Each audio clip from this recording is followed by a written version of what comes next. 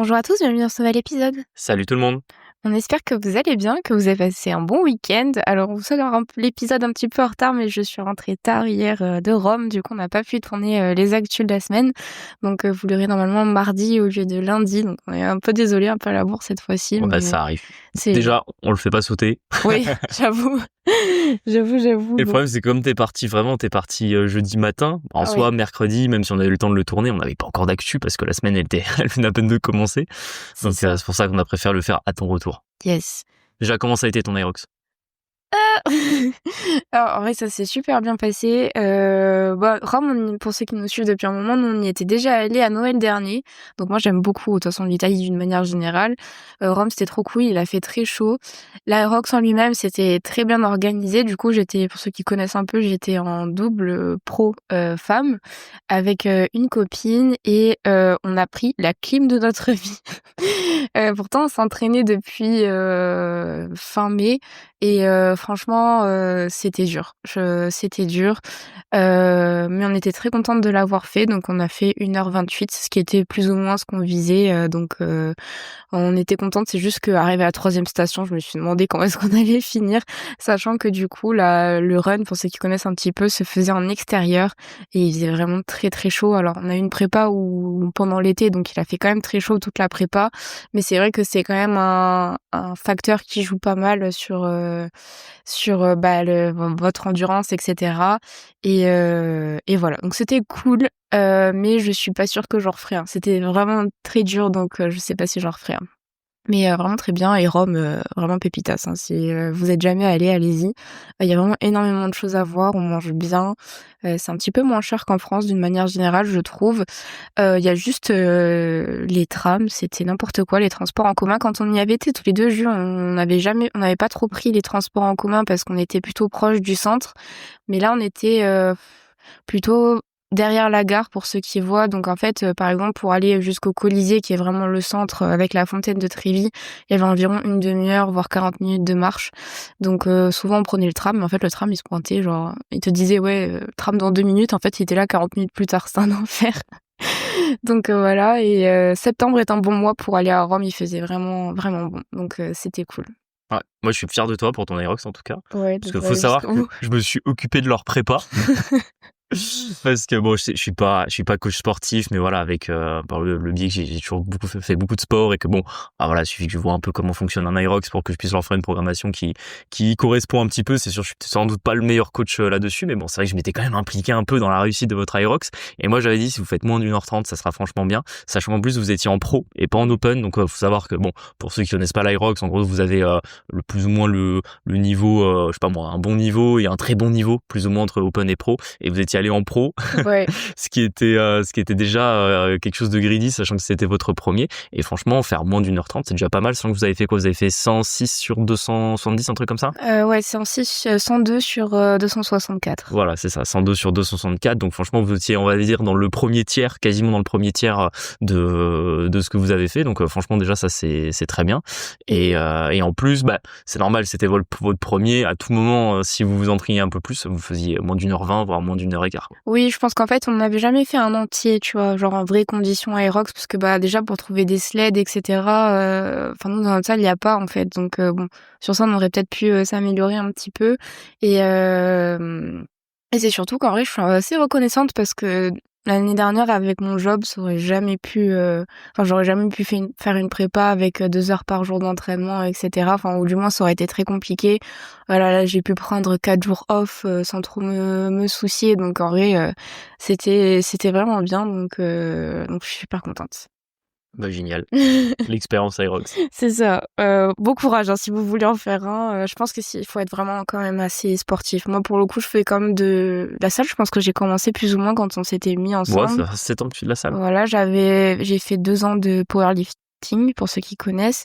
Et franchement, j'ai trouvé ça quand même dur. Et pourtant, je considérais pas que j'avais un mauvais niveau en sport, mais j'ai trouvé ça vraiment dur quand même. Donc faut être assez Après, sportif et faut vraiment bien se préparer, je pense. ouais, puis c'est un sport où il y a beaucoup de courses, entre guillemets. Toi, la course, c'est un peu ce qui manquait. C'est con, mais vous auriez été, enfin, entre guillemets, vous aviez 3-4 mois. Oui, vous avez super bien progressé en course, hein. Faut savoir que quand vous avez démarré la programmation que vous avez fait, vous couriez quoi? Vous couriez le kilomètre en 7 minutes, je crois, un truc comme ça? Ouais, un peu moins de 7 minutes. Là, on a couru En 5:30 en 5:30, donc pendant c'est l'Ironman. bien. Donc, franchement, c'est top. Donc c'est bien. Donc, c'est juste que, effectivement, en fait, faudrait que vous fassiez de la course à pied de manière ultra régulière pendant 1 voire 2 ans. Et là, pour le coup, tu peux vraiment t'améliorer fort, quoi. Du coup, avec Laurie, on se sentait un peu comme les lardons de, de notre groupe parce qu'il faut savoir que du coup, ceux qui sont super bons à l'Aerox, donc qui avoisinent les 1 heure de temps, généralement, ils sont très très fins. C'est vraiment des profils de coureurs en fait. Et pour vous donner un ordre d'idée, ils courent généralement entre 3,30 pardon, Et et 4. 4 du kilomètre. On se rend pas compte, mais c'est ultra rapide. D'ailleurs, quand on est parti, on était là, oula, partez devant, on vous rejoint.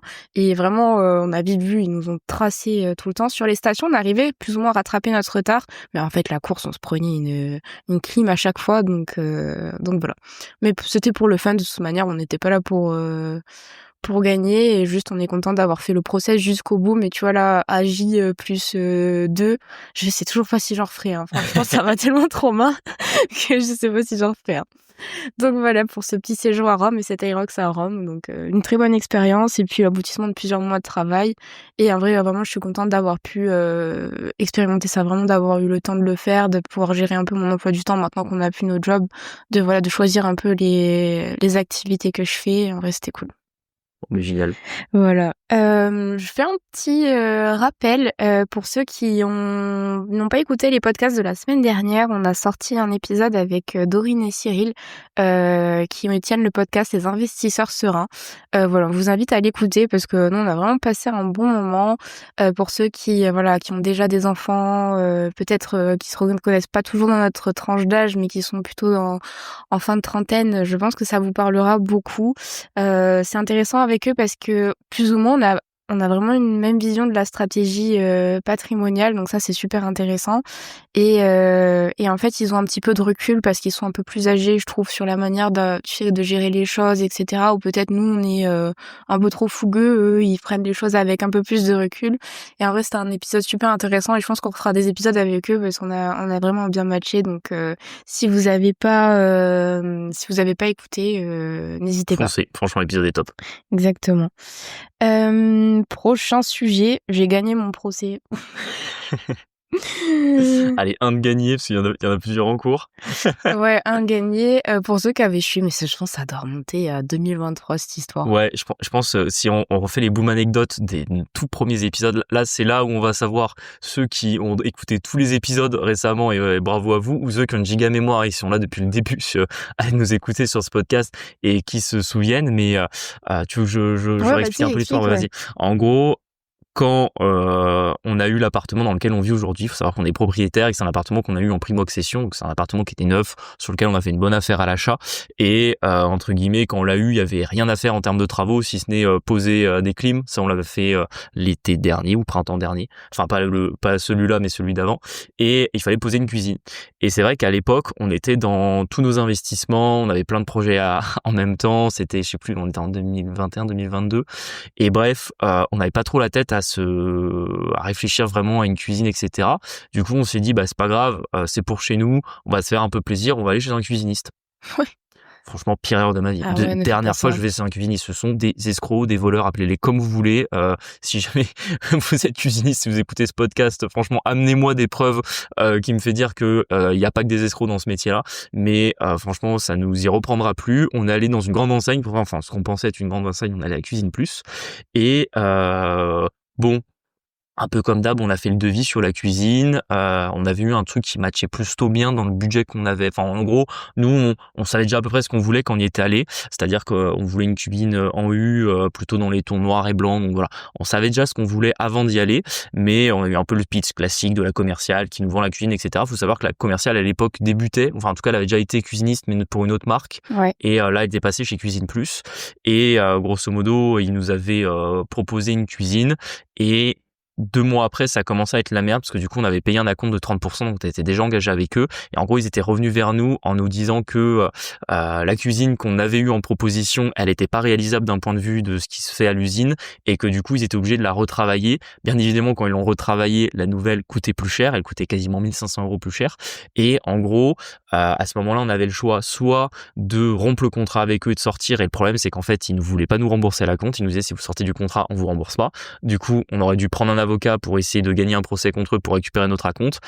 Et en plus, on était un peu marron en termes de timing parce que tu te souviens, on était moins de 3 mois avant la livraison de notre appart et que c'était à l'époque où, à cause de la guerre en Ukraine, il y avait des gros problèmes d'approvisionnement sur les matières premières, donc il y avait des délais de fou sur les cuisines. Bref, on avait tout qui s'alignait contre nous dans cette histoire, donc on avait décidé de continuer avec Cuisine Plus, ce qui a posteriori été une vraie erreur. On aurait dû sortir avec eux le plus tôt possible, aller faire une cuisine à Ikea avec nos artisans au lieu de passer par une entreprise d'escrocs. Et quand on a posé la cuisine, quand on est devenu propriétaire, on a eu plein de problèmes sur celle-ci. Il y avait des malfaçons, il y avait des trucs qui avaient mal été pensés. Heureusement, comme on a des bons artisans, ils nous ont rattrapé pas mal de trucs. Honnêtement, la cuisine elle est fonctionnelle aujourd'hui. Ça sera sans doute pas notre plus belle cuisine. Enfin, en tout cas, quand on la voit visuellement, on voit pas de problème. Et voilà, quand on creuse un peu, on peut trouver ce qui pose problème. Il y a beaucoup de choses qu'on a refait nous-mêmes.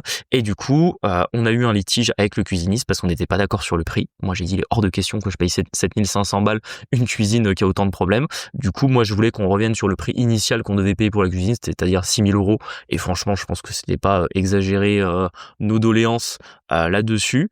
Et du coup, on n'a jamais payé les 1500 € restants sur la cuisine. Ouais. C'est ce qui fait que après le cuisiniste s'est un peu énervé, il nous a fait un recommandé, un deuxième recommandé, un huissier et finalement il nous a assigné en justice devant le tribunal judiciaire pour le paiement complet de sa facture. Du coup, nous heureusement comme on avait une assurance protection juridique, on a pu avoir un avocat qui entre guillemets est payé par l'assurance pour nous représenter. Donc on a pris un de nos amis avocats qui a bien géré ça. Enfin, en tout cas, il avait rédigé des super bonnes conclusions. En plus, étant donné que et ça on avait prévenu le cuisiniste, qu'on lui avait dit qu'il nous avait pris pour c'est pour des jeunes qui connaissent rien, mais bon bah forcément en droit on s'y connaît, donc forcément on avait bossé le dossier dès le début, on avait gardé toutes les factures, toutes les preuves, tous les mails qu'on avait tracés.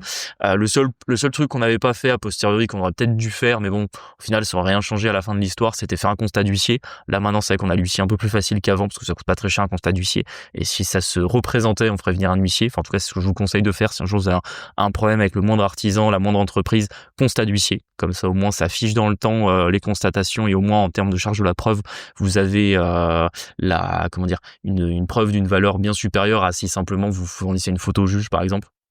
Donc ça, c'est quand même important de le savoir.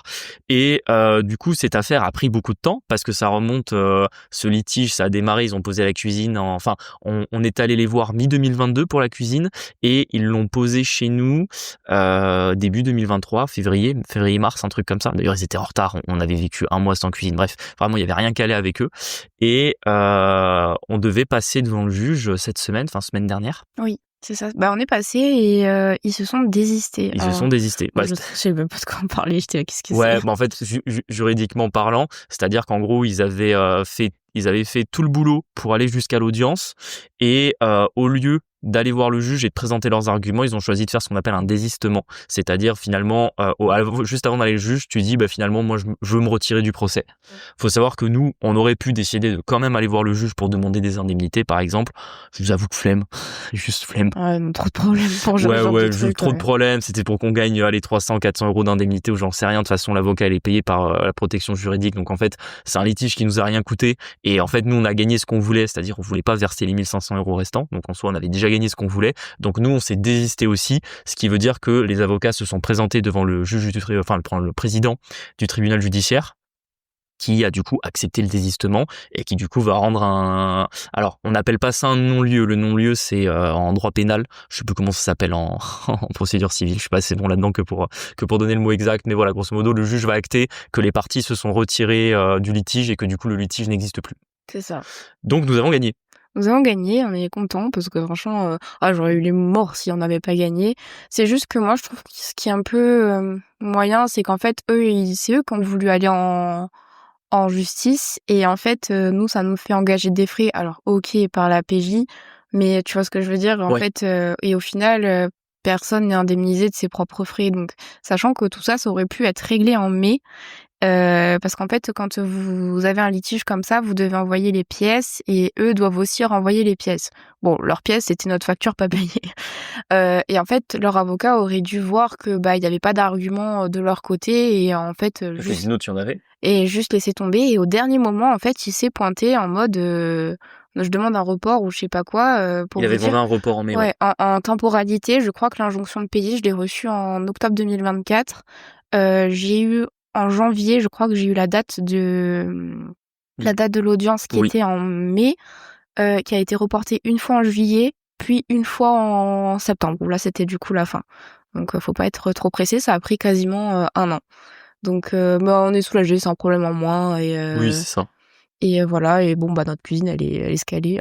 Ouais, est-ce qu'elle est? On nous y reprendra plus chez les cuisinistes, Non, hein, je ça pense c'est qu'on le fera chez la Leroy Merlin première et la prochaine dernière fois, fois. ouais. Des fois, il faut comme ça, faut se tromper dans la vie pour apprendre. Là, on aura appris et au final, on s'en sera sorti quand même parce que, en fait, à l'époque où quand la cuisine a été posée, entre guillemets, on avait notre porte de sortie. Tu vois, il était hors de question qu'on soit en mode, on s'est fait totalement escroquer par un cuisiniste, on n'a rien fait de plus. Entre guillemets, on aura gardé les 1 500 € qu'on voulait pas leur payer. Ce qui représente quoi? Ça représentait 20-25% du prix de la cuisine, je pense, un truc Ouais, comme un ça. truc comme ça. Bref, voilà, de toute façon, c'est ce qu'on aurait pu gagner si entre guillemets, si nous avions payé la totalité de la facture et que nous on avait fait un procès. Je sais même pas si on aurait eu autant, tu vois. Ouais. Donc entre guillemets, voilà, si j'ai des fois des conseils à vous donner, ne payez pas l'intégralité de la facture quand vous pouvez.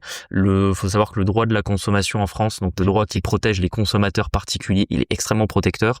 Donc entre guillemets, quand vous n'avez pas payé et que l'entreprise vous réclame la totalité de la somme alors que elle n'a pas exécuté la totalité de ses obligations, vous avez toutes vos chances de gagner. Donc voilà, ça a été notre cas, on est content, ça s'est réglé comme on pensait que ça se réglerait, même si on pensait pas qu'ils iraient jusqu'à engager un avocat pour finalement se désister 24 heures avant l'audience. Mais voilà, ça fait un problème de régler, on est content. Alors exactement, on est bien content. Prochaine actu, on a vu les AG de nos commerces. Pour ceux qui suivent nos commerces, on a des problèmes de façade. Et j'étais la seule du coup à me présenter. C'est à chaque fois comme ça sur ces copros-là. Après, c'est pas des grosses copros, hein. On a moins Il y a de 15 propriétaires, je pense. Ouais, c'est moins de 50 lots, un truc comme Ouais. ça. Et nous, en fait, sur un des 2 locaux, il y en a un, on n'a pas beaucoup de tantièmes, mais par contre, sur l'autre, on a 30% de tantièmes. Donc, avant qu'on vienne me dire Non. non, faudrait qu'ils se pointent en masse. Et du coup, je vous conseille de venir un peu au copro parce que nous, c'est une ville où on n'est pas à côté, on n'y vit pas, c'est même pas notre département, etc. Mais au moins à l'AG, du coup, j'ai appris beaucoup de choses. Et j'ai surtout voté beaucoup de choses. J'ai reporté des travaux parce que nous, ça nous arrange pas en fait avec les problèmes de façade qu'on a, ça nous arrange pas. Qu'est-ce que j'ai fait d'autre? J'ai changé les clés de répartition aussi. Faut savoir que voilà, le règlement de copro peut être changé à tout moment. Donc nous, on a un petit souci avec eux depuis le départ, c'est qu'ils nous appellent des mains courantes pour les parties communes. Sauf qu'en fait, nous, nos commerces, ils ont pas accès aux parties communes, donc en fait, on n'est pas bénéficiaire. Et à partir de ce moment-là, vous pouvez du coup demander à changer les clés de répartition. Le problème, c'est que nous, on avait déjà fait ça l'année dernière et en fait, ils avaient pas rattaché nos caves au commerce. Donc en fait, on payait toujours les mains courantes pour les clés pour les caves. Et en fait, je crois qu'ils nous appelaient quand même un petit paquet par trimestre. Du coup, là, j'ai fait demander à changer le règlement de copropriété. Donc encore une fois, avant que quelqu'un vienne, il faudrait qu'ils soient quasiment tous à me dire non. Et je pense pas parce qu'à chaque année, il y a personne.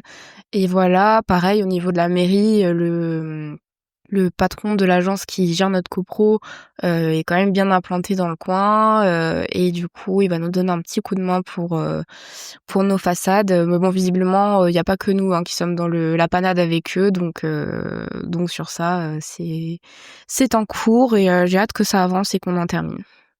Je sais pas si tu voulais dire un truc. Parce que du coup, on a parlé de l'ABF qui était un ABF qui n'en est plus. Ouais, attends, tu vas peut-être un peu vite l'archer avec les bâtiments de France, donc j'ai raconté l'anecdote. Oui, ouais. C'était quoi, il y a 15 jours que j'avais rencontré et que ça s'était moyennement passé, on va dire. Ouais. Donc, effectivement, t'as pu reparler un peu de ces sujets-là. Et en vrai, t'as un peu dit, parce que moi, j'ai pas parlé parce qu'en fait, c'est toi qui y allais, moi, je me suis pas déplacé. Mais c'est vrai que je te rejoins sur l'aspect de c'est important d'aller aux AG ou au moins de voter. Nous, par exemple, forcément, on n'est pas fan des copropriétés. De base, nous, on préfère la monopropriété, on préfère l'immeuble de rapport, mais souvent, quand on a des commerces, c'est des pieds d'immeuble. Qui dit pied d'immeuble veut dire que forcément, il y a des appartements au-dessus, donc on peut pas toujours être propriétaire de l'intégralité de ce qu'on a, des immeubles dans lesquels on a nos lots. Et ce qu'on fait, c'est que dans les grandes copros, par exemple, typiquement, quand on a vraiment que des commerces et que c'est des copros qui font, je sais pas moi, 200 lots, par exemple, on en a quelques-uns comme ça, on vote juste aux AG, c'est-à-dire que quand vous recevez l'ordre du jour, vous le lisez, vous regardez les travaux, en tout cas ce qu'ils veulent décider, et vous pouvez voter. Donc nous on vote, même si des fois notre vote il compte pas grand-chose, parce que je sais pas, si on a une copro de 200 lots, on va représenter quoi, on va avoir on va avoir 1%. 2% peut-être des tantièmes, donc entre guillemets on pèse pas grand chose. Par contre effectivement comme tu dis, ça c'est les petites copros, on a beaucoup de tantièmes, donc on peut décider pas mal de choses. Il y a 2-3 immeubles comme ça où on a juste les commerces en rez-de-chaussée, mais au final comme c'est des petits immeubles, ça fait vite 30% des tantièmes, et ça nous permet comme ça d'avoir quand même une voix au chapitre sur ce qui est décidé dessus. Et effectivement en plus, quand tu fais l'effort de te déplacer, il faut savoir que pour le syndic de copro c'est juste chiant les AG. Je pense que si un jour dans votre vie, vous avez vécu une AG dans une copro de 200 lots où vous avez 50 personnes qui se déplacent, où en fait, quand vous regardez la moyenne d'âge, vous avez plus l'impression d'être dans un EHPAD qu'autre chose. En fait, il y a que les vieux qui ont le temps. Déjà, il y a que les vieux qui sont propriétaires, il y a que les vieux qui ont le temps de se déplacer aux AG. Parce que les AG, elles sont en pleine semaine. C'est à 10h un mardi, tu vois. À 10h un mardi, enfin, qui peut se déplacer. Donc, sauf si t'es retraité ou rentier, tu peux pas aller aux AG. Donc, nous, avant, on se démerdait quand même pour y aller. Et maintenant, c'est un peu plus facile pour nous. Mais c'est vrai que qui a déjà vécu une AG comme ça dans 200 lots, c'est que c'est interminable, parce qu'en fait, t'as tous les vieux qui ont toujours un truc à dire, machin, qui discutent de tout. La moitié sont sourds, du coup, il faut répéter 3 fois. Nous, une fois, on avait un président d'AG qui bégayait. J'ai rien contre les gens qui bégayent, mais du coup, c'était interminable, faut pas malheureusement, faut pas te laisser gérer l'ordre du jour, parce que sinon on n'avance pas, tu vois. Donc bref, on a déjà eu des trucs catastrophiques. Et là, c'est vrai que l'avantage, c'est que tu fais l'effort de te déplacer. Donc déjà, pour la copro, entre guillemets, c'est une AG facile, parce qu'entre guillemets, c'est toi et le gars de la copro, donc entre guillemets. Vous étiez 3 bonhommes, vous étiez 3 bonhommes, donc comme ça au moins c'est facile. Et au moins ça donne un peu un poids, parce que nous déjà, notre voix compte, on sait ce qui se passe, on décide, et entre guillemets, vous faites un peu copain avec le syndic de copro, même si les syndics de copro de manière générale, c'est des choses qu'on n'aime pas trop quand on investit sur IMO, parce que ça nous coûte beaucoup d'argent. Si on peut se les avoir dans la poche et négocier 2-3 trucs, c'est toujours ça de gagner, quoi. Exactement. Donc je vous recommande d'y aller, juste déjà pour l'XP, de savoir si ça vaut le coup. Après, vous pouvez voter par correspondance, quand vous êtes dans des grosses copros, que vous savez que votre vote c'est ce que je disais tout à l'heure. Il est pas décisionnaire. Écoutez, votez par correspondance, au moins vous avez voté. Et après, les petites copros. Moi, en tout cas, j'ai appris plein de trucs. Et pareil, là, on est dans c'est un coin où nous, on n'est pas d'origine, donc en fait. On connaît pas grand monde, mais visiblement c'est un peu mafia quand même avec la mairie. Enfin, c'est des mairies qui ont vachement de pouvoir, etc. On va dire que c'est des mairies qui sont très intrusifs dans votre droit de propriété, on va appeler ça comme ça. C'est ça, ils font un peu la loi, et en fait c'est bien d'avoir des gens qui savent y faire avec eux, qui ont des contacts. Par exemple, pour notre façade, le patron de l'agence va appeler l'élu pour nous. Nous, on l'avait déjà eu, l'élu, mais là, il va remettre une couche. Voilà. Ouais, sur un deuxième élu, parce qu'on a déjà rencontré 2 ou 3 des élus. Ouais, c'est pour ça. Enfin, bref, on finit par être connus. Je pense à la mairie, je pense qu'ils doivent penser qu'on habite là, tellement ils nous voient. Ouais, je suis sûre. Avec on leur donne en taxe foncière par an. En plus, on rachète un immeuble dans cette même ville. Donc, finalement, on va arriver pas loin de 10 000 euros par an de taxe foncière juste dans cette ville-là. Donc, il y a un moment donné, on va dire, même si on n'a pas le droit de vote sur place, on a quand même droit au chapitre, quoi. Exactement. Du coup, voilà pour ça. Peut-être que... On parle des faux dossiers ? Ouais, si tu veux, ouais. Vas-y, c'est bon. Je voulais vous faire un petit point là-dessus, parce que c'est un sujet, je pense qu'on a quasiment jamais abordé sur ce podcast, parce qu'en vrai, c'était tellement anecdotique, et ça fait partie un peu des sujets, tu sais, où t'essaies de faire peur aux gens, etc.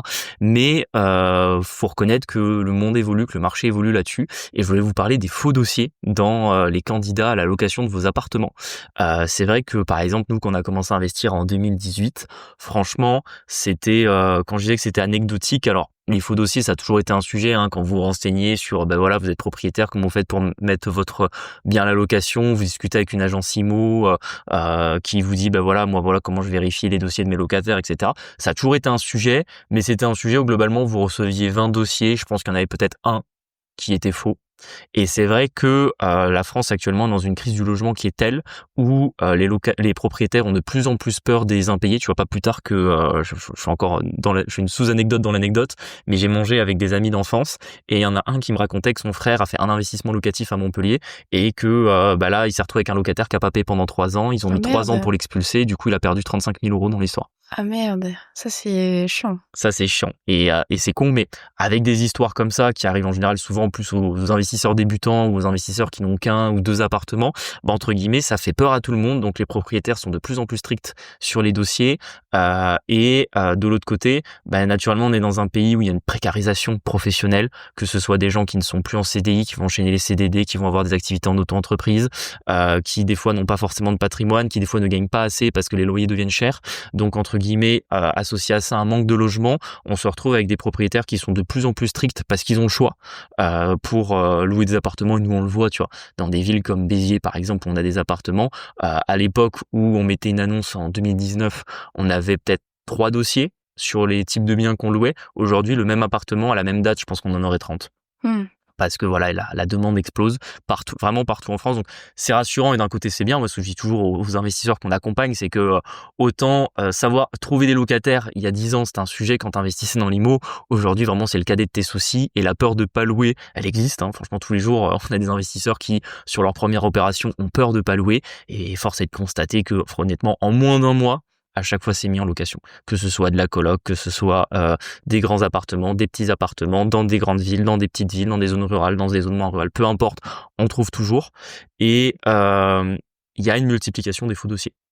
Et là, j'ai vu passer un article, alors toujours pareil, je sais pas comment ils ont fait leur étude. Apparemment, c'était une étude faite via un site internet qui envoyait des questions à des locataires. Donc, ça doit être une plateforme type Studapart, Le Bon Coin, peu importe, qui ont demandé à plein de locataires de répondre anonymement s'ils avaient déjà falsifié quelque chose sur leur dossier. Et apparemment, il y en a quand même 1 sur 4 qui a répondu oui. Ah ouais, ok, putain. Et c'est là où tu te dis que nous, on est passé à peut-être 5% de faux dossiers quand on a commencé il y a 7-8 ans, à probablement un quart aujourd'hui. Alors, c'est toujours pareil. Ça veut pas dire que quelqu'un qui vous donne un faux dossier, il va forcément ne pas payer. Si ça se trouve, la personne, elle veut juste un appart, elle veut payer son loyer, mais entre guillemets, comme elle galère tellement à trouver, elle se dit, si je fais pas un faux dossier, je n'arriverai pas à trouver un appartement. Bah ça, c'est la tension immobilière en France. Exactement. Donc, c'est pour ça que c'était un petit sujet que je voulais aborder avec vous parce que voilà, ça devient quelque chose d'important. Alors, c'est toujours pareil, on peut pas dire non, faut plus investir dans l'immobilier avec que des faux dossiers. Non, heureusement. Et en plus, c'est pas parce que vous faites avoir par un faux dossier que la personne ne va pas payer. Si ça se trouve, peut-être que nous, on a déjà eu des faux dossiers, on ne le sait pas et la personne, on n'a jamais eu de problème avec. Mais c'est vrai que c'est quand même un sujet et que j'ai eu le cas avec quelques investisseurs qu'on accompagne quand ils m'ont fait regarder des dossiers de certains locataires. On a trouvé des faux dossiers. On a trouvé des bulletins de salaire retouchés, par exemple. C'est-à-dire des bulletins de salaire où Ça se voit en fait. oui, parce que alors faut avoir soit faut y passer du temps, soit faut vraiment avoir le cerveau calibré sur les maths et j'ai de la chance, je fais des calculs de tête très facilement et en gros, j'ai vu que c'était pas le calcul tombait pas juste, tu sais qu'en gros, tu prends ton brut, tu retires toutes les cotisations sociales et tu regardes le net à payer à la fin. Il y avait un truc qui allait pas. Ah, il avait oublié de modifier des chiffres. Non, j'ai regardé les centimes. Ouais, j'ai regardé les centimes et du coup, je sais pas moi, si en gros vous avez, je sais pas moi, 1000 euros et 30 centimes et qu'on vous retire 27 centimes, il peut pas vous rester 18 centimes à la fin, tu vois. C'est un truc aussi con que ça que j'ai cramé que c'était des faux bulletins de salaire. Du coup, quand t'as un doute, tu commences à refaire les calculs, tu te rends compte des fois qu'il y a des polices qui sont bizarres parce que des fois quand tu le regardes juste une fois, tu te Oui, dis puis il y a tellement de lignes, tellement de ouais, il y a chiffres, c'est tellement trop de dur lignes, de tellement de voir. trucs, tu dis bon, finalement, il y a rien qui me choque. Et puis du coup, quand tu trouves un truc, tu dis ah tiens, je vais tout vérifier. Et quand tu vérifies tout et que tu prends le temps, tu te rends compte que les bulletins de salaire sont faux. Sachant que c'est toujours pareil, ça c'est des bulletins de salaire qui avaient probablement été modifiés via Photoshop et ça avait été mal fait. Quelqu'un peut très bien décider de payer un logiciel pour éditer des faux bulletins de salaire. Ah oui, bien sûr. Je parle pas de quelqu'un pour soi-même, tu vois, mais tu peux très bien avoir un mec qui vend des dossiers, ça se voit sur Snapchat, sur Instagram, il y a des gens qui vendent des dossiers locatifs et ces mecs-là, ils peuvent très bien avoir mis l'argent pour payer une licence sur un logiciel de gestion de paie, faire des faux logiciels de paye juste pour les donner à des gens qui du coup peuvent faire semblant qu'ils sont en train de bosser, tu vois. Et à ce moment-là, deuxième truc qu'il faut vérifier, c'est l'entreprise. J'ai trouvé un contrat de travail où l'entreprise n'existait plus. Ah, Un contrat de travail récent en plus. Ah Alors à ouais. mon avis, pareil, le contrat de travail était vrai, ils avaient changé la date. ça, Du c'est coup, fou, c'est un ça. contrat de travail peut-être de 2013 et ils avaient mis 2023, tu vois. Ah ouais, c'est fou ça. Donc voilà, ça reste un sujet. Malheureusement, il n'y a pas de solution miracle, hein. Les logiciels n'existent pas aujourd'hui, y compris en banque. Moi, quand je suis parti de la banque il n'y a pas si longtemps, ça n'existait toujours pas. Les seuls logiciels qu'on avait, c'était pour vérifier les pièces d'identité. Mais bon, ça, à la limite, en général, c'est le truc que tu falsifies pas parce que quel est l'intérêt de donner une fausse pièce d'identité, tu vois? Enfin, sauf si t'es vraiment un escroc ou un mafieux, tu vois. Mais je veux dire, si c'est juste pour trouver un appart, tu donnes ta vraie pièce d'identité, tu vas en général juste simplement falsifier tes revenus. Donc voilà, c'était une petite anecdote que je voulais vous partager là-dessus. Ça pense pas vocation à ce qu'on en fasse un sujet plus gros que ça, parce que malheureusement, il n'y a pas 40 choses à faire. Il faut juste prendre le temps de vérifier le dossier de son locataire. Et dès qu'il y a, toujours ce qu'on dit, hein, s'il y a un loup, il n'y a pas de loup. Dès que vous avez un doute, à mon avis, il vaut mieux pas prendre ce dossier-là ou continuer à creuser jusqu'à ce que vous ayez la preuve que c'est un faux dossier. Sinon, tu voulais peut-être parler un peu de notre offre sur les locaux commerciaux en fin Ouais, tout à d'épisode. fait. On avait lancé ça cet été via une première masterclass. J'espère que vous aviez pu la voir parce qu'enfin, elle était assez sympa. On avait effectivement ouvert 5 places sur la formation qu'on avait lancée sur les locaux commerciaux. On réouvre des places là à partir du mois d'octobre. Donc, on a sorti une nouvelle masterclass sur le sujet qui, je pense, est mieux que la première. Enfin, en tout cas, moi, je trouve qu'elle a une meilleure qualité. Il y a plus de conseils gratuits dessus, etc. Donc, si vous voulez la voir dans un premier temps, peut-être juste pour vous parce que ça vous intéresse, c'est quand même une masterclass de 30 à 40 minutes quand même sur le sujet des locaux commerciaux. N'hésitez pas à aller vous inscrire dans le lien en bio et voilà, je pense que ça vous plaira. Et après, si à la fin vous voulez réserver un call avec moi, vous pourrez. Mais voilà, si juste déjà dans un premier temps vous voulez de vous former gratuitement sur le sujet des locaux commerciaux, je pense que ça va vous plaire. Allez, top. On vous remercie de nous avoir écoutés. Juste avant de partir, n'hésitez pas à nous mettre 5 étoiles sur les plateformes, à nous suivre sur Instagram, Kit le Boomer Dream et La Fouserie, où on partage un peu notre quotidien d'investisseur. Et on se dit à jeudi pour un prochain épisode. À jeudi, ciao. Ciao.